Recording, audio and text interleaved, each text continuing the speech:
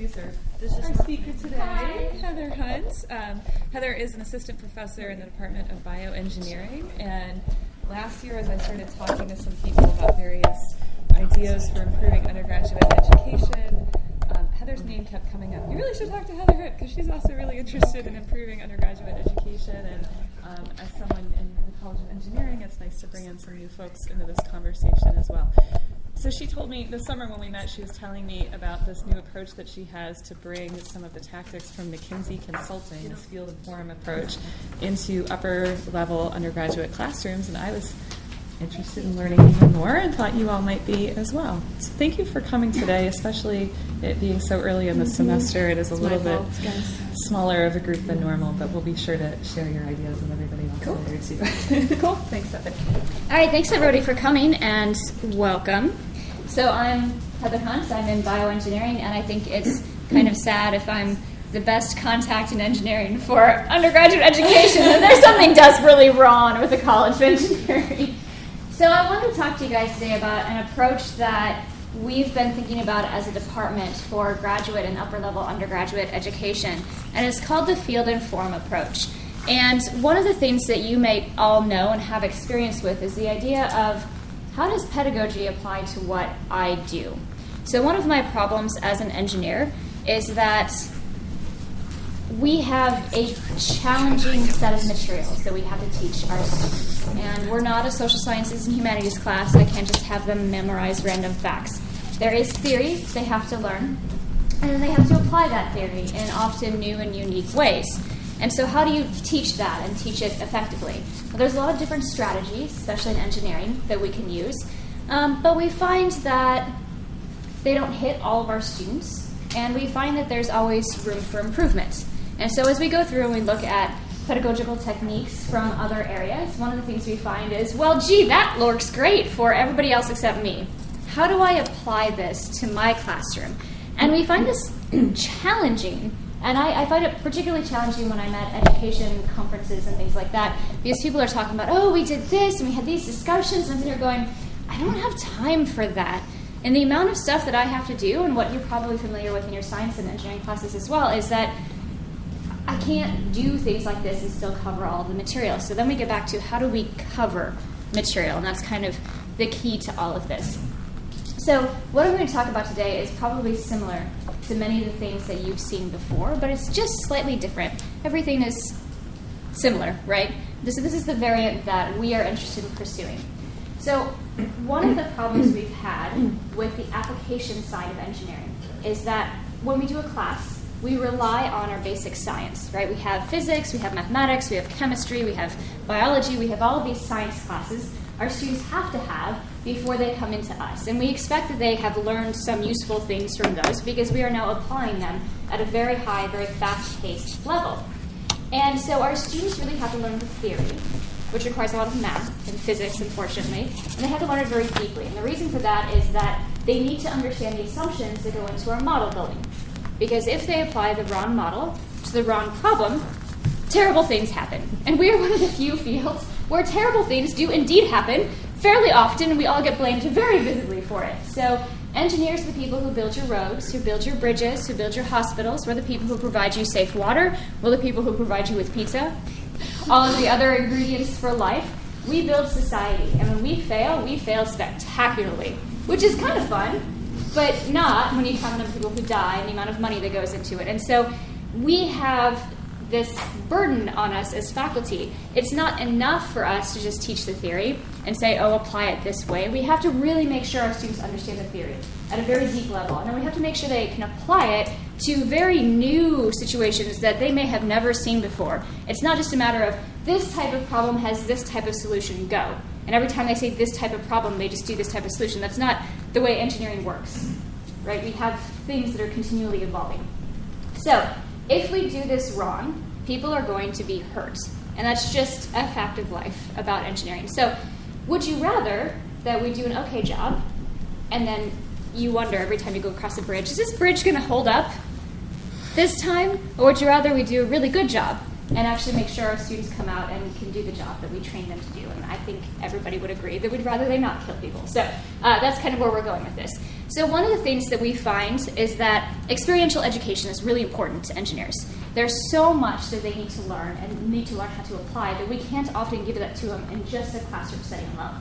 So there's different types of experiential education. You guys have all seen them, right? There's homework, there's projects, there's service learning, there's things like internships and co-ops. These are all valuable. Time and research labs, these are all valuable as well. But we've been talking a lot recently about how to bring more experiential education into the classroom to give us a different way to cover materials. And so that's what I'm going to talk about today. So, McKinsey and Company. Who has heard of McKinsey? 2 people. What do you guys know about McKinsey? Money. Money. Yeah. What else do you know about McKinsey? They're just quoted often. They are quoted often. McKinsey is the place where everyone goes and drinks the Kool-Aid. McKinsey is the largest and best known and most powerful consulting agency in the world. They have clients that are major corporations, universities, but also governments. They consult for governments. They determine a lot of the foreign policy for the U.S. as well as most of the Western world, believe it or not. And they're filled with engineers and scientists who have PhDs from top 10 institutions in the U.S. and occasionally elsewhere in the world, who all think that they're the shit and smarter than everybody else. And they're pretty smart. They really are. And the way McKinsey works is that they have a client that comes in and they have a table, and they all sit around a table, and the client talks to them, and they go, oh, yes, maybe you should do this. And the client says, oh, what a great idea. Because, clearly no one has ever thought of this common sense idea that McKinsey just said. But because McKinsey said it, we're going to listen. So I have a very good friend who works at McKinsey, and she drank the Kool-Aid, and so we give her crap all the time about this. But McKinsey is somewhat of a black box process. Like, they come out with these beautiful studies and beautiful results, and they never actually give anyone the data, and they never release how they did any of their methods because it's all proprietary. So what I say to you is this. When you see McKinsey on a tagline, their results are probably accurate, but take it with a grain of salt, because we have no way, there's no way to peer review any of this. We have no way of actually knowing if their models work. But they seem to, and it turns out that a lot of people believe them at very high levels. So if they're going to say something, you're going to see a shift in perception, you're going to see a shift in the stock market. They have lots and lots of money and lots of influence. Anyway, so they have done several studies on how people learn, and how people learn in industry in particular. And one of the things that they talk about is capability building. It's this idea of, I have someone in my corporation who needs to learn a new skill. And that might be a piece of software, or it might be some leadership stuff, or it might be how not to harass your employees, right? And so they say, okay, I have this skill they need to learn, and we call that building capabilities. And how do I teach them to do all of this? So the thing that McKinsey says is that the capabilities that companies need have evolved, but the methods of building those skills have not. The most effective companies focus on sustaining skills and linking learning to performance. So if you would imagine, I'm not sure, has anyone been out in the industry outside of academia before? A couple people? Okay, so I have as well. And capability building in engineering firms usually looks like this. Okay, you've got to learn this. We're going to send you to a week-long workshop where you're going to be in this small room with 8 other people for a week for 10 hours a day, and we're just going to throw this stuff at you, and then you're going to come back and know all this stuff. Yay, have fun. You'll get a great hotel room. The problem with that style is that we don't tend to retain it very well afterwards. So you're thrown in, you go really deep, and then your mind kind of leaks it all out a week later, right? So it's the idea of you want to actually sustain those skills, and the way to do that is to link learning to performance. Now, another common method of capability building in the industry is to say we're going to learn on the job. So if we look at how organizations use interventions for learning and skill development, this is from McKinsey Quarterly, they say that on-the-job teaching is really the most extensively used method. The problem with on-the-job teaching is it's a one-on-one thing. So I'm wasting a tremendous amount of my time teaching this over and over again every time we hire someone new. And I've seen this with my husband, who is the CIO of a bank, and he has new employees coming in, and he has to do one-on-one training. It's fine. They learn really well. They do a great job, but it's a tremendous amount of time for him that could be spent doing other things that make the bank money. So they also have one-time internal courses, those workshops, coaching, online courses and exercises, so you can kind of see the range of activities that companies do. But on-the-job teaching is the most typical method. But the problem with that is that there's a lot of time and there's a lot of money that goes into that. And as we see with workshops, people don't retain those skills. So the most effective capability builders take more actions than others to maintain and improve their capabilities. So we're seeing this maintain and improve thing again. So capability building is not just about going to a class one time. It's about going to a class and then learning from it, and then using that thing that you learned in your everyday life again and again and again until you become an expert at it. And it's that link between what you learn in a class and how you apply it that actually allows you to keep those capabilities over a long time frame. So what McKinsey did they came out with a survey in 2014, a big study. What they did was they surveyed thousands of people at different companies, and they were trying to identify what methods were the best for these companies to have capability building measures. And what they found was that there was this idea that kept percolating through the companies who did it really, really well. And it was the idea of pairing traditional classroom learning with more experiential education. That idea of, I'm going to take what I learned and directly apply it. I'm going to do it again and again and again until I'm an expert at it. And that seemed to be what worked best. So McKinsey coined this the field and forum approach. And it actually is in use in industry, and it's pretty much not used in education at all, which is interesting. So it's something that industry has come up with, and there hasn't been a tremendous amount of literature in terms of psychology or basic education literature on it. It's just something that McKinsey found that it seems to be this practice works. And they coined the term. So this is the field and forum approach. So the forum is traditional instruction in a classroom setting. Then nice, that should have been field right here. And then you have immediate application of the concepts learned in a work setting, and that's the field approach. And then you have reinforcing mechanisms. And these are usually recognition based on performance outcomes. So this is usually money. And at McKinsey, money speaks. So in other types of systems, you could do a competition-based learning. For instance, if you wanted to do something that has performance metrics that are not linked to money scenarios. But in industry, it's really money is the way to get people to actually do things. And so the schedule that they suggest is this idea of 2 weeks of forum, 2 weeks in the classroom of doing normal classroom activities, followed by 1 week in the field. And so they go back to their normal work setting, and then in that week they apply the things that they just learned. Maybe it's a new organizational system, maybe it's Microsoft Outlook, I don't know. But they keep doing this, so 2 weeks on, 1 week off. And it could just be like 1 hour a week for the classroom setting, but then it's taking that back and applying it. And they do this for up to a year. And this is the approach, they say, seems to work best for companies and seems to make companies the most money.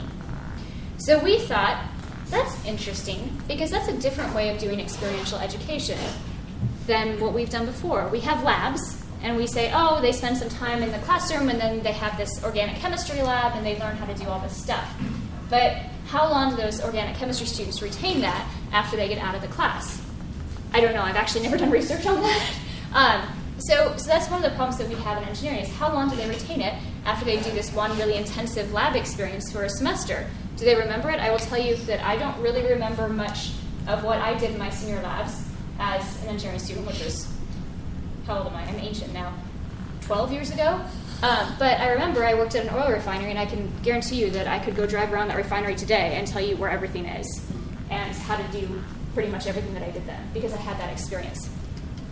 So how do we apply this to our students? So we've had a lot of discussions in my department about applying it to grad students kind of to begin with, because they have a good kind of solid basis of their education. We know what they know, and we know what they need to know. So we've batted around this idea of doing year-long certificate programs, essentially, where you have 2 or 3 courses that are stacked right on top of each other, where one feeds directly into the other. And in these classes, we have the idea of doing homeworks that are project-based, but not a project per class, a year-long project that continues to advance as we go through each of these classes. We have mentored teams, so a senior grad student, hopefully one who has been through a program like this before, which nobody has, we have to do it from scratch the first time, kind of helps them through. And they have usually teams of 3 to 4 students. And so these 3 or 4 students are going through and doing a design, build, test approach to prototyping for whatever their project happens to be. And the idea then is that we would do competition-based learning between the teams, where we have some of these small homeworks built in every couple of weeks, and whoever does best at those, based on a judge forum or something like that gets points. Whoever has the most points wins. No. Whoever has the most points gets things like seed money for projects of their own, gets to go to a conference, gets to go to a workshop, gets cool office supplies, gets new computers, things like this. All this requires money, of course, and that's kind of the problem with all of this is where does that money come from? But that's a situation for another discussion. So we have this idea of could we change our graduate program to reflect this type of approach, where instead of we have individual classes and some of them have labs and some of them learn things and some of them don't, have more of this unified approach where they kind of go through these classes but with a greater context of we want you to solve problem X. And everything that you do in those classes, those 3 or 4 classes, feeds into solving that one problem. And you do it as a team. And so each team might have a different approach to solving that problem, but by the end of the year we might have 10 really, really, really great ideas for how to solve that are kind of more advanced than what they would be if I just sat down with a random student and said, why don't you go do research on this? Okay, so that's our idea for grad education. So what about our undergrads? The answer to that is, I don't know. So that's partially why I came here today, is because the field and form approach has always been used in industry for graduates, right? It's never been tested for undergrads, and it's never really been tested at all in academia. And so we don't have a good basis for this. We don't have a good psychological basis for it. We don't have a good education basis for this. We don't know how to implement it at an undergrad level. And the thing that I want to comment on is this is similar to things like problem-based learning or case-based learning, except it's not, right? Those don't generally work well for undergrads that haven't yet built their toolkit of knowledge. They work really well for graduate and professional schools because they come in knowing all this background stuff and you can kind of be like, okay, go, and they're highly self-motivating. Undergraduate students are not necessarily highly self-motivating, so they don't necessarily do well with those types of approaches. So we'd like to move some of our experiential education, like our senior labs and things like that, into this format of they spend a couple weeks in classes and they spend some real hardcore 10, 12 hours of time in the field, however we define the field to be. So where I wanted to start the conversation is, what do you guys think? Do you think this is a good approach? Do you think this is a bad approach? How do you think this can be applied to undergrads? Because I think it can be, I just don't know how. So, open forum. This reminds me of the way we teach elementary methods, elementary science methods. They go for 2 weeks in the classroom, and then they go into the classroom. And actually train. Yeah, and they spend time in the classroom, and then they come back to my classroom, and it goes. So then we're trying a couple of different models with that, where we're doing everything in the field, including the classroom-based stuff, versus classroom, field. Right. So yeah, it's how we train. It's how we train teachers. Okay, so do you find that to be successful? It's traditional. We've been doing it for years and years and years and years and years. And our education system hasn't failed. It depends on who you ask. We've done tons and tons and tons of research on it. Sandy Abell was, one of the pioneers in the field in research on this. So, in elementary, we face different issues as to whether or not they will choose to teach science once they leave us. Right. And the hope is that we've built up enough belief system and given them enough time in the field that they will do that. So our research shows that, yeah, it works. So then, but I don't know how long it sustains after they graduate. Laura, is their field staggered like that so that it's like every 3 weeks or something like that? No. So it lags about 2 weeks behind classes starting, but then they're now in the field every week, and it's either 2 times. I think it's 2 times a week here. I'm hearing, the 2 times a week. So it's different schools go different amounts of time out into the field, but there's always a multitude of field placements and then we just blanket Columbia, and they have those experiences with teachers. So then the question is, how do you implement that for a technical program? Because I can't send these kids out every 3 weeks to a company. And even if I did, not every company is going to be doing hardcore engineering. Like, a lot of what you do in engineering once you're in a company is project management. Like, ooh, I made a Gantt chart. I assigned resources. Ooh, and I wrote some reports. But the actual hardcore engineering that gets done, I can't guarantee that every 3 weeks a student would do that. Or that. So makes me happy to hear that. But again, it's a pedagogical skill that has been implemented for non-technical, essentially, backgrounds, right? Well, it's so do you have any suggestions for that? We work in combination with the school. So we tell the school, we want our students, you're going to help us build this knowledge in our students. So here's what they need to see in their experiences with you. Mm-hmm. Thinking of my experiences in corporations, I used to work for a medical device company. Yeah. Do you have a project, and could our students, we used to send students, another place I worked to John Deere, could they watch this project occur in whatever phase you're in? We used to send students out to do interns in that manner. So more setting up logistically beforehand, which could be a nightmare when you have 4,000 engineering students that you're trying to do. But yes, the idea of setting up logistically ahead of time with several cooperators. Yeah, or even just one company you have a very good relationship with that is willing to. And so what ended up happening with Deere, students we sent to Deere ended up hiring them because they had trained them and they were so pleased with how it worked out. Right, which is cool. Yeah. Which is the way we hope all of our internships and co-ops work. Mm-hmm. Yes? I'm a little confused on the field portion. So from what's written up there for the grad students, the field portion isn't out in the real world with an engineering firm. It's in the lab. It's in the lab. It's in research labs. But for your undergraduates, you're looking for something that's not in the lab. Aren't there similar projects for undergraduates that last at least a whole semester where the students work in groups and carry through from beginning to end of the project? Yeah, there are if you want them to do research, but I would say 90% of our students are not interested in doing research. They want to go to industry and build stuff, which you can do in research, but fundamental science research is very different from applied engineering research, which is very different from actual engineering. So we have no problem with doing that, and we encourage as many of our students as possible. And I think in bioengineering, I think 80% of our undergrads do research experience, and they usually do them for a full year. But one is making sure that that research project hits all the things that they're learning in the class, and two, it's making sure that the student actually is interested in doing that. But there aren't semester-long projects that are part of engineering courses where students work in groups and you have... There are. Mm-hmm. So I'm wondering how is that, the difference between that, what's happening now where they're doing a semester-long project and this is a year-long versus that's a semester. The difference between those two is that a typical engineering project that would last one term is done outside of class, right? It's not in a real work environment. It's not in an environment where it matters to them other than a grade.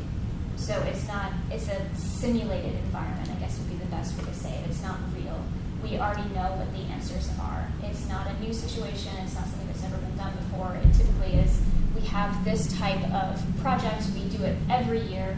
We know exactly what the answers are. We know exactly what the range of answers are. And so they're just kind of going through. And it's essentially like, this week we're going to do steps 8 through 12 next week. And so it's very guided, right? Whereas this is more open-ended. They have to figure it out for themselves, which is why it works better for graduate education because they're more self-motivated and they feel more comfortable with doing stuff like that. So we do have semester-long projects, and that's a feature of most engineering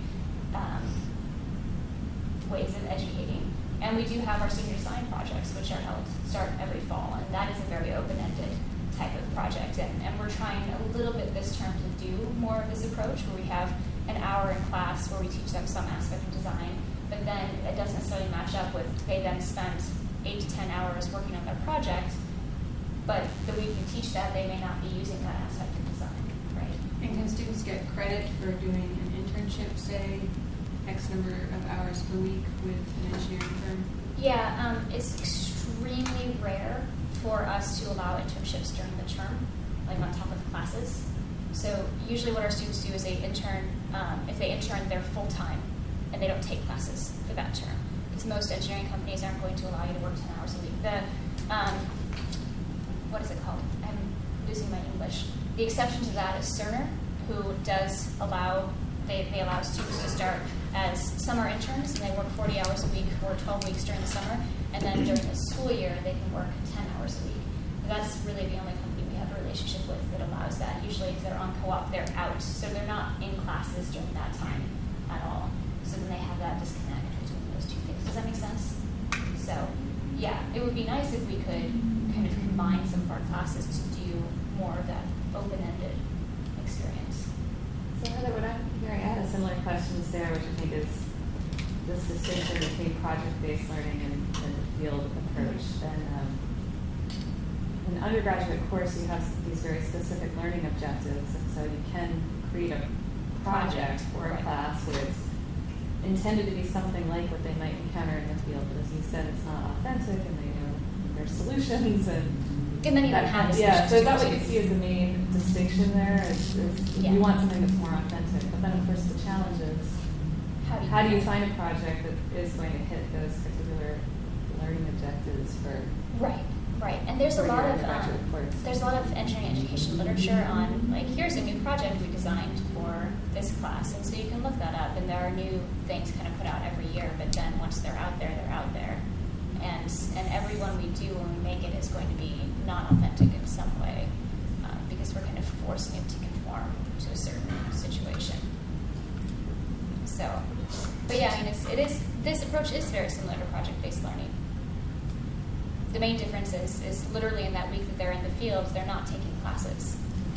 And so doing that would be basically, it would require us to, I think, build our curriculum in a way that, like their senior year, they would have their engineering classes, their electives all stacked for 2 weeks, and then during the next week they were just doing homework and projects and team-based approach. And that sounds logistically challenging, but not impossible, just challenging. Yeah, so I'm in mechanical engineering, and I was going to say a couple of things to this. Like the capstone design projects here are different than I've seen in other schools. They are. We only do like one semester in our department. Right.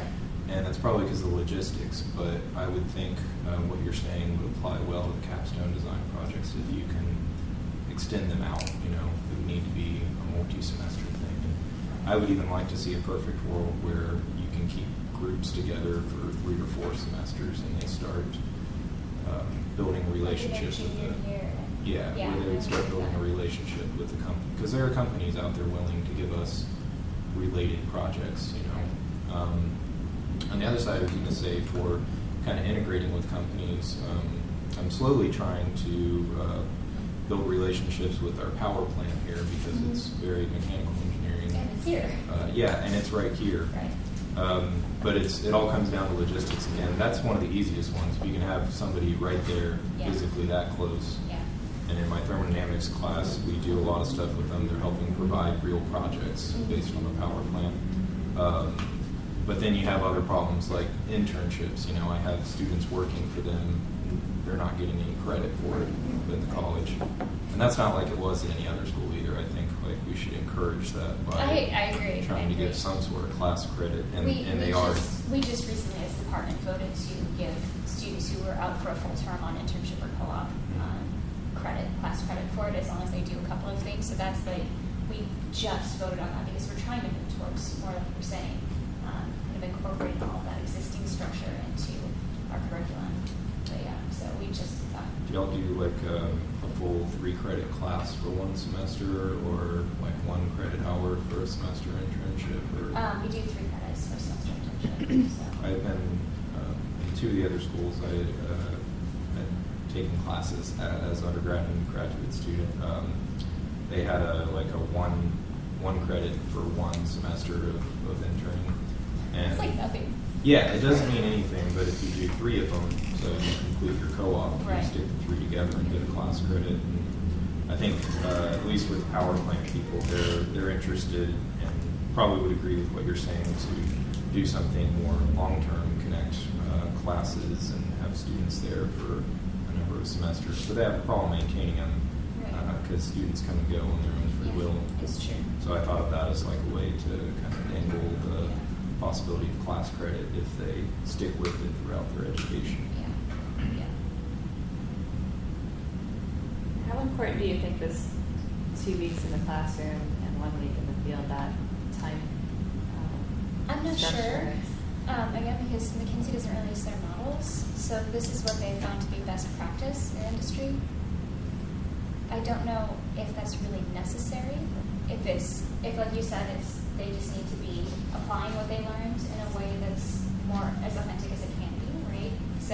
we do that through homework and we do that through projects already, and we do have labs and things like that we apply it. But it seems to be the thing that they find most relevant is that 1 year, sticking with it for that 1 year, and then having the back and forth, back and forth, back and forth. So not at the same time, but the every other. But again, it's their field is very specific, right? It's back at work. And I think to do this at a grand scale for an undergraduate curriculum, we have to revamp like our entire senior year classes. And I think to do it well, you probably have to do your junior and senior year and kind of make them all just these continuous classes that you take. I think you could start like making an approach to this just by, I don't know how y'all's lab courses are in your department, but ours stand on their own. We don't have any. We just have like, I think, a thermal fluids lab left and maybe like a systems and vibrations laboratory, but they're not integrated with the actual lecture No, they're courses. separate. And, Yeah. you know, if you could That's the way restructure it it's to take those credit hours, spread them across maybe a 2-class sequence, and I think that would be easy to implement. That's still not your kind of industry Right. field, but it is at least getting them. I mean, I think that would be a good approach. Lecture 2 weeks, a week of using it in the laboratory, but it still wouldn't have to build some kind of industry connection. Right. I suppose the question also is, in what year would you like to implement that? So, for example, I'm at the vet school, I'm teaching there, and it's a 4-year program. The 40 students are a whole year on clinics with us. Which is kind of already the practical approach, minus the fact that there's not 2 weeks of being in class and then 1 week on clinics, it's just the whole year of clinics.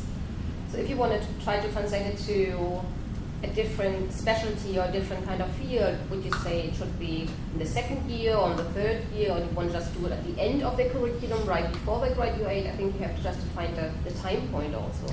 Right, yeah, I think that's a good point, because one of the reasons why we've been more interested in applying it to the grad students is because then we feel like they have more of that engineering toolkit as they come in, and we feel like they're be more successful with this type of approach. And so that makes me lean a little bit more towards the upper level students. Yeah, to the end it makes more sense. It makes more sense. Yeah. But then from a retention perspective, which is a totally different perspective, we lose a lot of our students in the 1st and 2nd year, and these are usually students who are very good, who have high GPAs, have no reason to leave except they just don't like it. They don't feel like they're getting out of it what they need. And so something like this, where they could see an actual, like a context for what they're doing, could be helpful earlier on. But that's a different, retention is a different discussion. I'm trying to just to translate into my profession, for example. Right, because that's always the hard part. A 1st, a 2nd year student, and you want to send them out into private practice, for example, to work with the vets. I foresee that student rather restraining an animal than being actually doing stuff. So kind of you put them in a position of a technician. Right, exactly. Which is not really helpful for retaining any kind of knowledge. It's rather, hey, this is an extra pair of hands, hey, free hands, great. Yeah.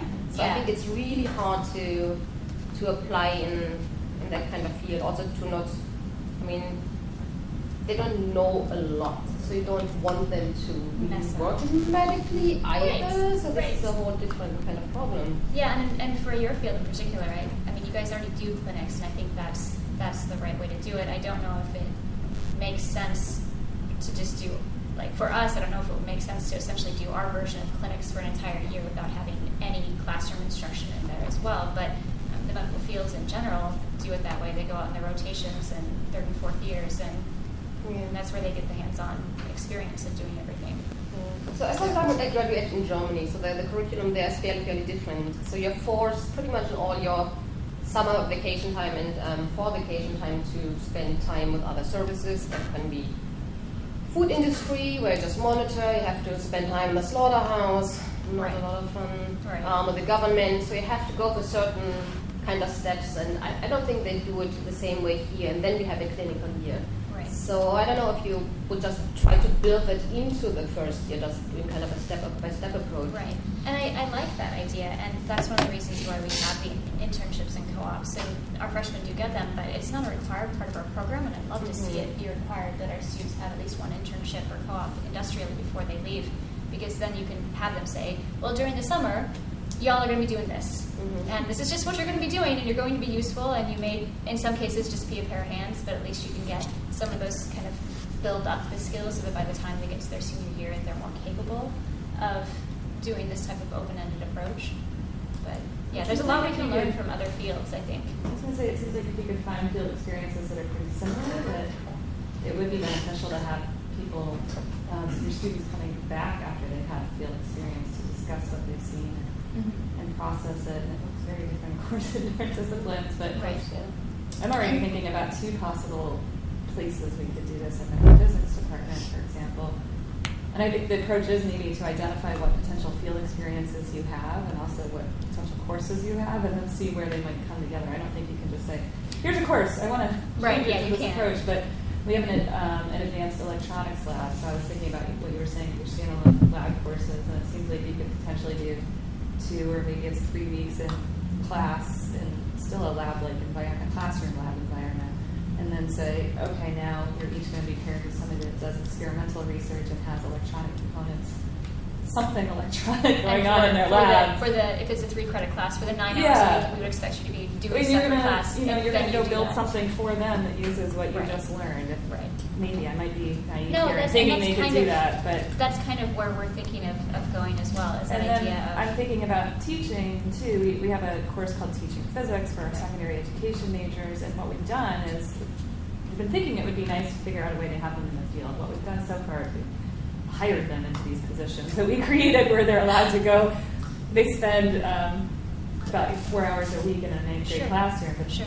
they're not always the same people that are taking the course and doing this position. Right, We yeah. try to make them the same. But you could set up the actual course so that we start with the field experience as setting the schedule. So we know, let's say, Columbia Public Schools is going to be starting forces, I don't know, the 4th week of September. So we could say, okay, the first 3 weeks of September, we're going to be teaching you about methods for how to teach students about forces, and then your 4th week, you get to go help teach them. I mean, it would be great if you could do it that way and then have them come right back in the classroom and discuss what they saw and get ready for maybe one more field experience that they do that semester. And That'd be great. That would be cool. But I think it really requires, if you're going to be doing that back and forth with undergraduates, I think it would be, that situation at least would be helpful to have them all having the same experience. And so you'd have to have teachers that are all on the same schedule. And realistically, that would mean that on the week that you're in the field, essentially, that the same time that you would have them in class is when they're That's what actually I doing think, yeah. the field. So It would those hour or be a 2 hour logistical blocks. It would be very nightmare, challenging but, logistically. you know, we're But I doing think we similar can do things it. right now, so I think you could. But the other thing that I didn't mention here is the mentored teams. So one of the things we hope to do at the graduate level is once people have gone through this approach, people who have gotten their certificate, then mentor the next teams coming through. So they help organize the logistics and things like that. So it's like a 2-year program where the first year they do the certificate, the second year they then go back and mentor one of the teams and help guide. And so then you kind of build on yourself. But that's the idea of you come back from the field and you bring back what you've learned and you teach other people. And so the mentors are responsible for developing like videos and other instructional things to kind of help people guide and do that. And then they get judged on the basis of that for their different competition-based learning outcomes. There's one thing I was thinking of saying and I can't remember what it is. It'll come to me. So. I think the mentoring would be a good thing too in an undergraduate sequence. Could you work it out against all the logistical problems? But if you had a junior and senior team, it'd be really easy to have senior design teams, even though they're maybe on their own project doing something, mentoring the new teams. I mean, I think that I, as a student, got a lot more learning when I taught other people the stuff. And so I always try to encourage that in undergrads, but And I think you can structure it in there actually. And Right. I think that's a good idea. You guys all have great ideas, so thank you.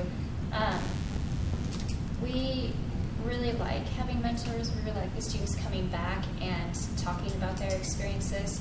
And one of the things that we really need to think about is, as you guys have said, you really need to pair up with a cooperator in industry, right? And identify a project, and then identify a class that meets that project, and not the other way around. Because it has to be needs-based. It has to really be propelled by the industry. And so I think it's a matter of picking 1 or 2 corporations that we're very friendly with and seeing, like you have with John Deere, and seeing, hey, can we do this? And the funny thing is that I have all these great contacts in civil engineering, and all these great civil engineering firms I know who say, oh, I really wish that we had people to do that. I'm like, you know what? I bet if you talk to the comp sci people, they could do that for you as one of their term projects, and I've connected people that way, but I have yet to do it with bioengineering, so I need to work on that. I'm clearly failing as a faculty member here. So, does anyone else have any other suggestions? It or sounds ideas? to me like, going back to the original problem of how do you get them to do the problem-based stuff, you could come up with some tasks, as you mentioned. If they're published, though, then you have that publication problem. But if you had a group of universities that could rotate these year-long tasks that have certain structural things, and you're sort of sworn to secrecy, not to let it out. So that would be one approach. Another would be to have them, give them a design-based problem that's open-ended, where they have to invent something. Right. And you give them some criteria. It has to use plastics or metal, or the mathematics have to, you give them criteria so it fits what your instructional goals are. Right. And some of your people would end up selling it. It would be an invention that they can sell. Not many, probably, but Right. occasionally, then that propels the future groups. Right. Oh my gosh, did you hear 2 years ago, this guy, now he's living in Minneapolis, manufacturing or whatever. So let me give you guys an example before we end. This is what we're trying to do right now. So you guys have all touched on this, the idea of doing projects and senior design projects. In engineering, we're required to have senior design projects, our capstone projects, in order for the students to graduate. At most universities, at every university I've worked at or been a student at, the way they do these is we have one set project, everybody does it, we know the right answers, we know the wrong answers, and you just walk your way through it. And you do homework every week, but you also have to make progress on your project every week, and then at the end you give a final presentation, and everybody's final presentations are essentially the same. It's very easy to grade because it's like, oh yeah, your tower is too high, your bridge will fail, whatever. So that's traditionally the way it's done. What we are doing here with our bioengineering senior design project or capstone projects is a little bit different, and we're trying to move towards this. And so here's kind of where we're at right now. So we've made a step forward beyond these typical design projects. We have 91 students in our capstone class this term. We have 14 faculty. It's not very many faculty. Each faculty member is required to come up with one open-ended design project. It can be based on their research. It can be based on a cooperator's need, like one of their friends. It can be based on, today I think I want to do X. It just has to be a design project. And engineering design is defined as something that you have to iterate on, something that requires modeling. You have to do analysis. You have to do a design of experiments. But there has to be this idea of optimization in engineering design. Otherwise, our accreditation doesn't count it as design. It's just counted as engineering science, actually is what it's called. And so every project has to have these elements in it. And so we take all of our faculty and they give presentations. We just finished doing this yesterday. And they say, here are the projects that we have. And then all 91 of our students rank our projects and say, I want to be on this team. This is what I'm doing tomorrow, is divvying up who gets to be on what team. And then for the rest of the term, as they go through the class, we have one day of class where we lecture, and that's on Mondays, and that's the design portion. That's our forum approach. And so we talk about different types of design, the design process, the redesign process, things you have to think about, accessibility, things like that, assurances. And we go through essentially the entire term of teaching design. Now the problem with this, of course, is that it's not like 1 week directly leads into what they're doing in their project, because every project is different. But again, this is where we are right now. We'd like to be there. We're not there yet, but this is where we are right now. And so hopefully by the end of the term, they've learned a lot of things and they've been able to apply it. But then each faculty member mentors a team, and they have to meet for 4 hours as a team outside the classroom, and then plus an additional hour with their faculty mentor. And we have guided steps every week that they have to do. And this is, of course, a writing-intensive class, so we have writing that they have to do as well, which they all hate. But at the end of their 3rd week, they have to do all their logistical scheduling. At the end of their 4th week, they have to start coming up with their own prototypes. At the end of their 5th week, they have to do a redesign where they combine all their prototypes and do these things. So to give you an example of what we're doing, last year, I was really bored and didn't want to do a project based on my research, so I asked my students to redesign the packaging of some sort of everyday item in a way that made it more sustainable than before and more cost effective. my students, after much dithering in week 6, decided they wanted to redesign the packaging for Scotch Magic Tape from 3M, just regular Scotch tape. Well, it turns out that that packaging is really crappy and it's expensive. It's not that expensive, but it breaks, it shatters. There's more of a need to be. They did a full sustainable life cycle analysis on it. I was very proud of them. And learned that, hey, we could do better on this. We could save a lot of money and make it a better design. And so they redesigned the packaging, and I wish I had remembered to bring it. They made a new tape dispenser, and they 3D printed it, because I have a 3D printer in my lab. And instead of being both sides, where you have that tape roll and then you have that case on both sides of it, they did it a one-side design. So it immediately made it less expensive, right? And so it looks like this adorable little whale. It's a little whale with a little tail, and you can cut on either side. That way, if you're left-handed or right-handed, you can break off your tape. That was their design project. They had to model things, and they had to build things, and they had to actually prototype. This term, we are building a live, real-time microscope for plant sciences. That's the project that I'm mentoring with Dr. Mendoza in plant sciences. They want a microscope to basically do real-time analysis of roots of plants, and they're adorable, and see how fast they grow and how long they grow and all of that other stuff in 3 dimensions. And so my students will be setting that up and writing the code for all of that.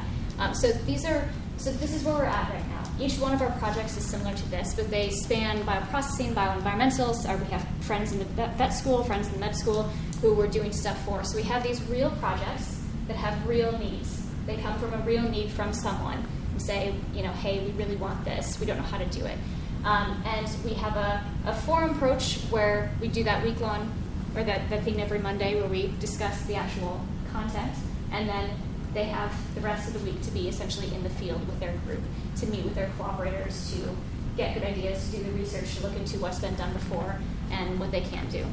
We would really like to extend this out to a full year, because we were very close last year with my little dispenser tape we actually went to the tech transfer office, and they're like, ooh, and they dug and dug and dug, and a month later they said, oh, pretty sure we can't do a patent on this, because somebody had already had a patent generally for dispensing tape, which meant that ours wouldn't be known. But there have been several faculty who've taken what they've done, their capstone classes, and said, okay, if we continue it for another term, they've been able to go through and start the process of getting IP on it. So that is something that we're interested in doing and we want to do, because then it gives the students a real feel for what real engineers do, because they're going to get patents when they're out in the field. So that's kind of where we are right now. So I really appreciate you guys' comments. Does it matter to you that their experience is idiosyncratic? So the people who did the tape dispenser are learning very different skills from people who are working with metal or computer code. Right. Our answer to that so far has been it deeply divides us as faculty members. Some of us are very okay with it, some of us are not. Well, we have come to the conclusion, but we are all kind of in agreement that because the students rank the projects they want to be in, they are self-selecting for the field that they're likely to go into, and so we're kind of okay with that on the basis of that. So it's analog to graduate education where students clearly do that. Yeah, so that's kind of the only way that everybody's been happy with it, is we feel like they're self-selecting into the field that they want to go in. But otherwise, it makes us nervous when we talk about it, that they're all having very different experiences. And of course, the other problem is you have faculty who care and you have faculty who don't care. And of course, all of my faculty care deeply, deeply. I'm lying through my teeth. But they all at least put in some effort. So some students will get better experiences than others. You mean care about what the students do? Right. Or just care about anything? Care about the students. I think all of my faculty deeply care about research, about something. There's some aspect of their job they care deeply about, even if it's just their monthly paychecks. So, I don't knock my faculty. We have really great faculty in my department, and they do actually care, although not all about the same things. So I really appreciate your guys' suggestions and comments, because it's something that I can take back to our faculty and say, what if we consider this? What if we consider that? And hopefully in the next couple of years we'll be able to keep refining this process and see where we get. And, maybe if you guys have some suggestions and these lovely comment cards you're apparently going to give me about how terrible of a job I did public speaking, you can give me some resources for what you've seen. Even if it's just suggested articles or, how other people have done it, because, this is an industry approach. And if it has been done similarly in education and academia, it would be helpful for us to do that because that helps us kind of formulate our plans and look at what best practices in academia are. So I appreciate that. So thank you guys very much.